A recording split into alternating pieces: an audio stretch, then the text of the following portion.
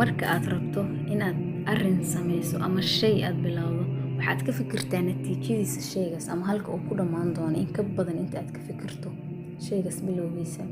waxaa la lahaa qofka naftiisa ku kalsoonay marka uu doonayo inuu arrin sameeyo ama uu tilaabo qaado waxa uu dhahaa waa uu adag yahay laakiin waan samayn karaa wuuna sameeyaa. halka midka aan naftiisa ku kalsoonayn yiraahdo waa la samayn karaa laakiin wuu adag yahay, halkaasna uu kaga haro. fursaduhu waa ay badan yihiin laakiin ma hor imaadaan mana hor fadhiistaan, yacni albaabada hortooda. waxaa lagala jeedaa halka mar ay ku soo marto waa inaad si fiican aad kaga faa'iidaysataa. si aad u guulaysato waa in uu rabitaankaada guushu uu ka weynaadaa cabsida aad ka qabto fashilka ama inaad guuldaraysato.